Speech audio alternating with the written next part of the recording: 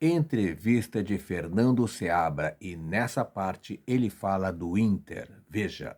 Muita dificuldade em empurrar o Inter para o seu campo de defesa e conseguir se impor no jogo.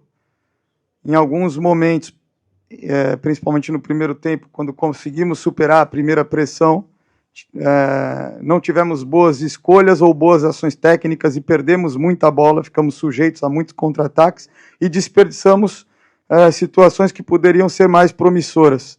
Os movimentos de pressão, de abordagem do Internacional sempre mais rápidos e mais ajustados do que os nossos movimentos para desengatar esse tipo de pressão e jogar. Isso deixou o adversário sempre aceso no jogo e confiante de que poderia gerar algo proveitoso.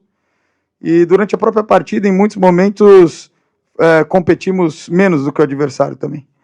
Nas situações de disputa, de bola, de segunda bola, situações de pós-perda. Então, um conjunto de situações que nos deixou em inferioridade na partida.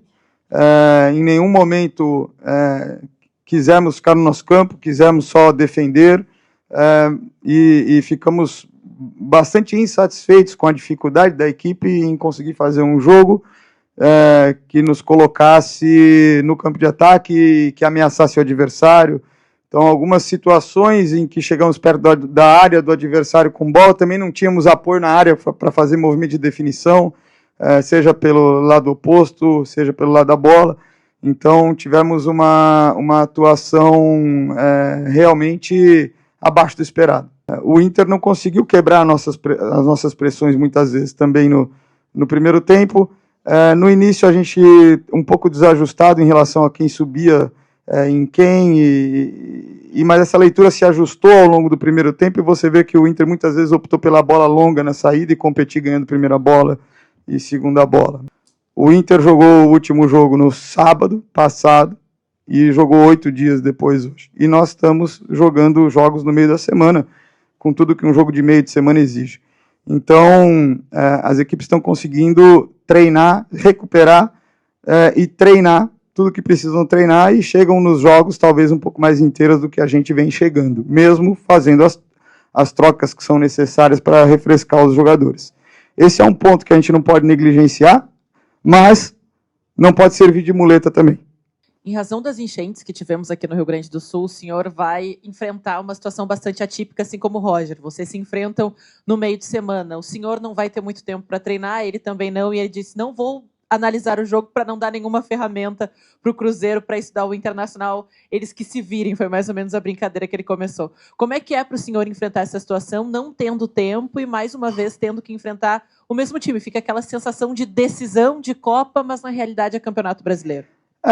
Cada jogo tem a sua própria história, né? Tem as suas circunstâncias, então nós estávamos vindo de vários jogos na sequência, esse foi o 5º jogo na sequência, sem semana cheia, se eu não me engano o Inter teve uma semana cheia e agora depois outra semana cheia, então pela primeira vez, depois de um certo tempo, o Internacional também vai ter que preparar um jogo com só 3 dias, e aquilo que vem sendo a nossa rotina. Então, nesse sentido, diminui essa desigualdade em relação a poder se preparar um pouco melhor para fazer a partida. E aí as circunstâncias são diferentes, né? Nós tivemos jogador suspenso, um jogador que vem jogando e que é um jogador criativo da equipe, que não esteve presente. Ainda estamos fazendo controle de carga de alguns jogadores, como eu citei o caso do Wallace, enfim.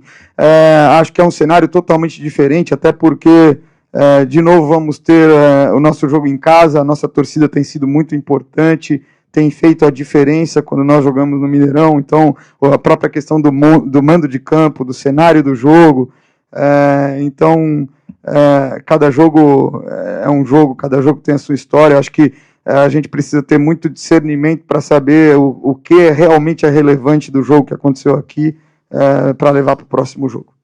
Tem a entrevista coletiva de Fernando Seabra após a derrota do Cruzeiro para o Internacional por 1-0.